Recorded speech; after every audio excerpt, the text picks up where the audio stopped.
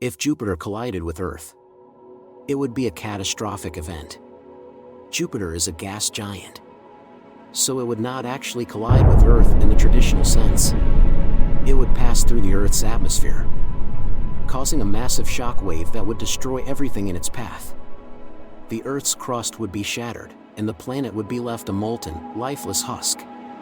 The effects of a Jupiter-Earth collision would be felt throughout the solar system. The impact would also disrupt the orbits of the other planets, potentially causing them to collide with each other. The dust cloud would block out the sun, plunging the Earth into darkness. The lack of sunlight would cause the Earth's temperature to plummet, and the planet would become a frozen wasteland. The impact would also disrupt the orbits of the other planets, potentially causing them to collide with each other.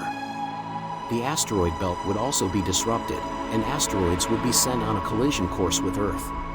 It would wipe out all life on Earth, and it would likely have a devastating impact on the rest of the solar system.